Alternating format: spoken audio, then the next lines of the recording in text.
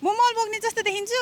त्यो गोरुको गाईको अनि भैँसीको त्यो गोबरहरू हुन्छ नि त्यो सोरपार गर्ने मान्छे नि घरमा त्यो भएर तपाईँले चाहिँ लगेर मल बोक्न लग्नु पर्यो भनेर के कता हिँड्नु भएको म घर हिँडेँ। घर हिँड्ने हजुर। तपाईँ घर नजानु मेरो घर जाऊँ ल किन?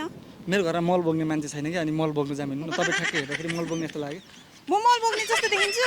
त्यो गोरुको गाईको अनि भैँसीको त्यो गोबरहरू हुन्छ नि त्यो सोरपार गर्ने मान्छे छैन घरमा त्यो भएर तपाईँले चाहिँ लगेर मल बोक्न लग्नु पर्यो भनेर के जाऊँ ल तपाईँले कुन एङ्गलबाट मलाई मल बोक्ने जस्तो कुन एङ्गलबाट हजुर। यस्तो एङ्गलबाट होइन यस्तो एङ्गलबाट देखेँ कि यस्तो घुमेको एङ्गलबाट मेरो यस्तो एङ्गल छ?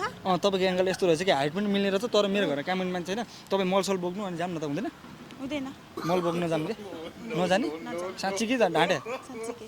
पैसा दिन्छु कति दिनुहुन्छ? तलब दिन्छु एक भारी बोक्यो भने 20 रुपियाँ दिन्छु 20 रुपियाँ? दिनमा 100 भारी बोक्यो भने 1000 रुपियाँ आउँछ नि त नि म सक्दिनँ नि। 5वटा भने 5 10 10 50 भारी बोक्यो भने आउँछ धेरै टाढा पनि छैन 1 घन्टाको बाटो छ 1 घन्टाको बाटो हिँड्यो भने ठ्याक्कै आउँछ 1 घन्टाको बाटो। 1 घन्टाको बाटो हिँड्यो भने ठ्याक्कै आउँछ कि 1000 रुपियाँ आउँछ 1 घन्टाको बाटो हिँड्ने एक भारी मल बोक्ने अनि एक भारीको 20 रुपियाँ दिन्छु 1000 रुपियाँ आउँछ हुन्छ जाऊँ ल ल जाम हिँड्नु हुन्छ। जाम हिँड्नु ठ्याक्कै मल बोकेर अनि पछि घर जानुपर्छ ल हुन्छ।